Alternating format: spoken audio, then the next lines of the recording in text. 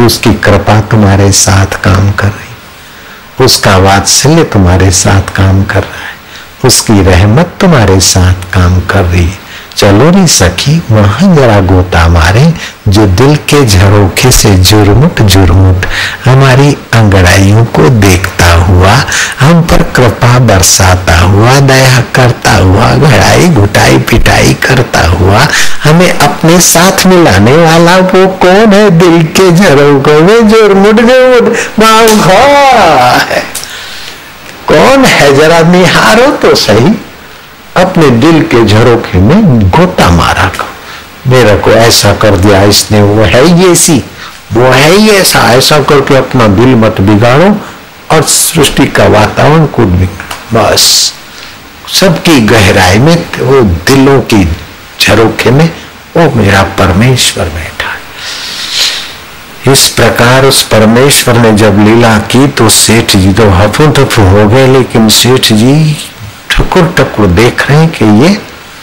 दरिद्र महाकंगाल के रूप में महासमर्थ कौन है। आखिर सेठ जी ने हाथ जोड़े कि हे परमेश्वर स्वरूप और परमेश्वर अंदर में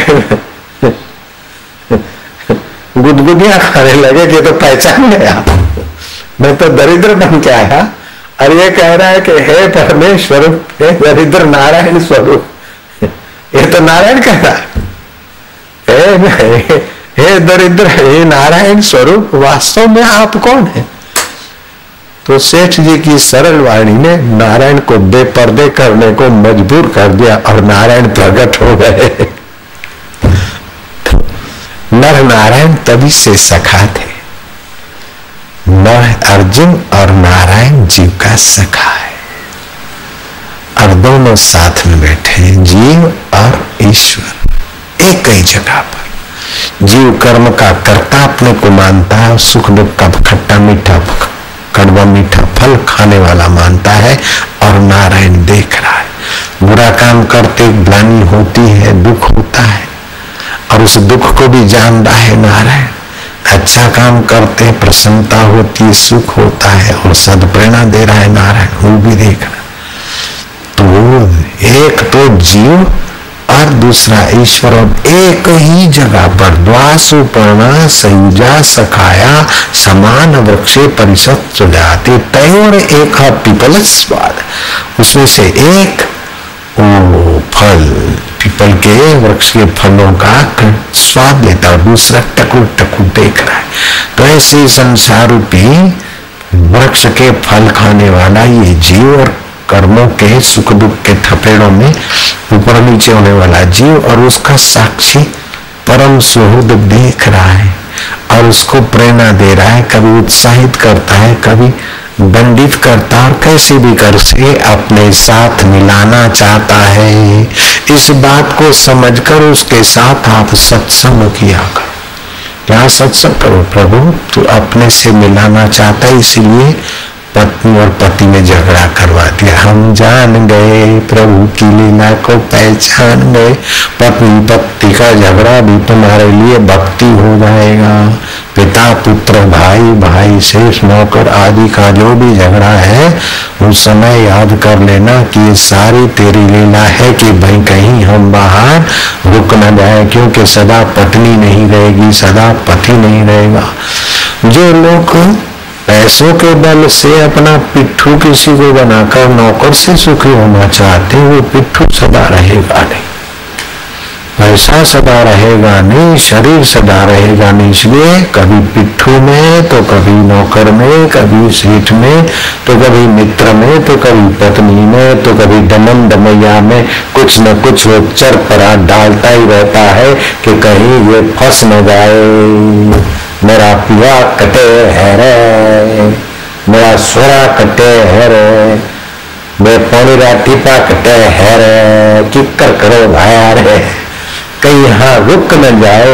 इसलिए न जाने वो क्या क्या खेल खिलाता है।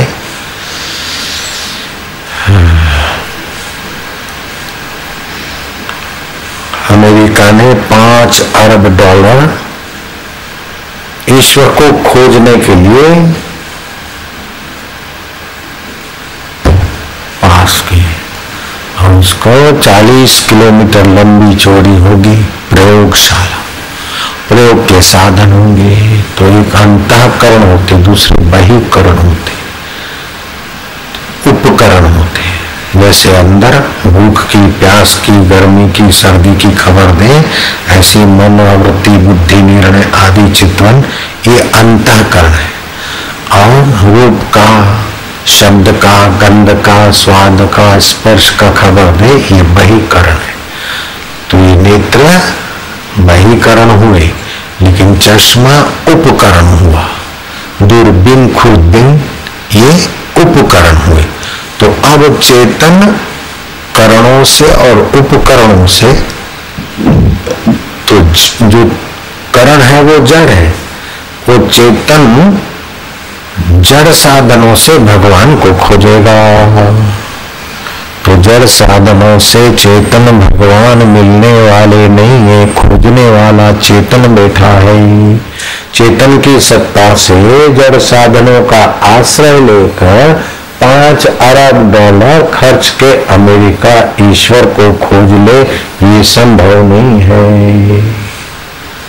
जो भी खोज होगी वो करणों से, उपकरणों से, अतिशय सूक्ष्म उपकरणों से, मशीनों से होगी। तो उस जड़ साधनों से होगी और खोज करने वाला चेतन होगा। तो खोज करने वाला चेतन जड़ साधनों से चेतन को कैसे खोजेगा?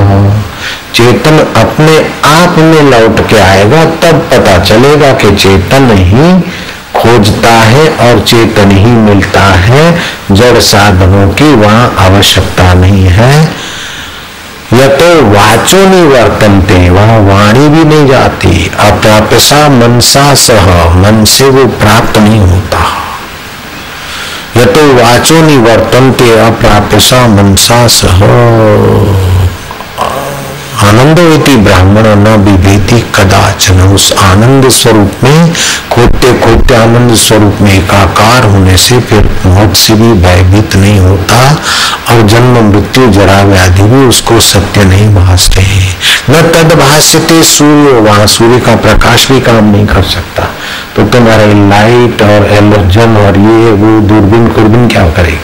न तद भाष्यते सूर्य न शशिको न पावकाहा, वहां चंद्रमा का या अग्नि का प्रकाश भी नहीं जाता ईश्वर को खोजने पाने में, सफल नहीं होता। न तद भाष्यते सूर्यो, सूर्य से भी वो दिखा नहीं जाएगा। न शशि को न पावका, यद गत्वा निवर्तन्ते तद्धाम परमं मम। जा जाने के बाद फिर आप ऐसी लौटते नहीं है। जैसे नमक की पुतली समुद्र को खोजने गई तो फिर ऐसी लौटती नहीं है। लोहे की पुतली पारस को मिलने को गई तो फिर ऐसी लौटती नहीं है। ऐसे ये जीव ईश्वर को खोजने जाता है तो फिर वैसे का वैसा जीव नहीं रहता है, वो ब्रह्म स्वरूप हो जाता है, महापुरुष हो जाता है, सच्चिदानंद का चलता फिरता लटका करता ब्रह्म का अविभाज्य अंग हो जाता है। खोजत खोजत कबीरो गयो हेराई, खोजते खोजते खोजने वाला ही खो गया, जिसको खोजता था वही हो गया। तो 12,000 ओमकार के प्रतिदिन जप करे, नीच कर्म का त्याग करे और सच्चे हृदय से महापुरुषों का संग, सेवा और सत्य शास्त्रों का अवलोकन, योग वशिष्ठ आदि का, तो इससे 1 साल के अंदर परमात्मा प्राप्ति हो सकती है। 5 अरब डॉलर से परमात्मा खोज नहीं हो सकती। एक व्यक्ति खोजे तो उस एक ही व्यक्ति को 1 साल के अंदर ईमानदारी से खोजे तो परमात्मा प्राप्ति हो सकती है। नारायण और तड़फ हो तो 1 साल तो क्या 6 महीने भी बहुत हो जाए, उससे भी तेज तड़फ हो तो 3 महीने